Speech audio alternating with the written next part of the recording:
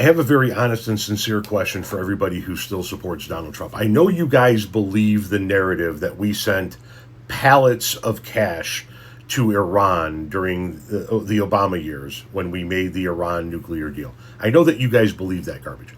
But do you actually believe that Obama took the seats out of a 747 jet so that they could fill it to the brim with cash, and that every bank from 3 states on the East Coast had all of their cash taken out of it by the Obama administration to send to Iran?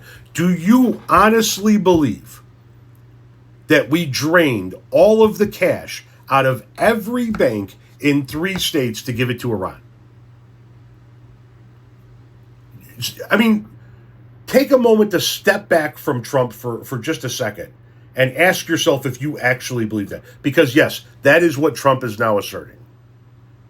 Done by Obama. He went the other way. He was giving them cash. He sent plane loads of Boeing 757, took the seats out, and put green cash, $1.7 billion in the plane.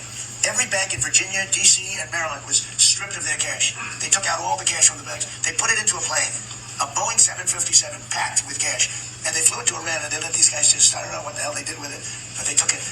Listen, Grandpa, if you're going to fucking continue that fucking rhetoric, make sure that it at least survives 5 seconds on fucking Google. Break this down because this isn't wrong. This is cartoonishly wrong. The $1.7 billion that everyone keeps screaming about on the right-hand side that his ass can't seem to get out of his fucking mouth, that was Iran's money.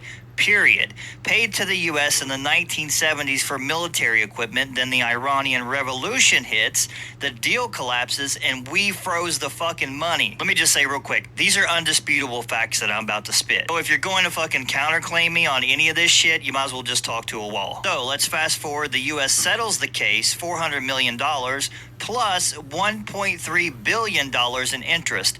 And if we hadn't settled that case, it would have been even more when we inevitably lost the court case. If anything, you should probably say, thanks, Obama, for actually saving us money. This fucking new talking point that they emptied every bank in fucking D.C. and Virginia, that's not just wrong. That's made up Facebook uncle at 2 a.m. fucking wrong. There were no banks that were stripped. There were no evidence, no reports, no nothing. I can't even find you a source to even refute that because it simply just fucking never happened. And how we know for a fact that it didn't happen, the U.S. paid in foreign cash, euros, Swiss francs, because there was literally no other way for us to transfer the fucking funds.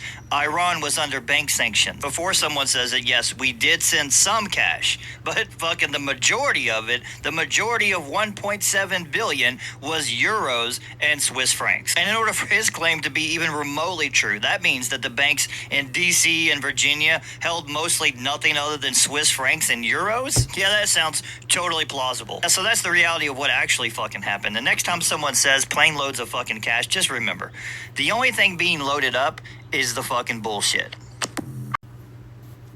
I want to ask the question again to the MAGA supporters. Do you actually believe? I know you believe the plane loads of cash.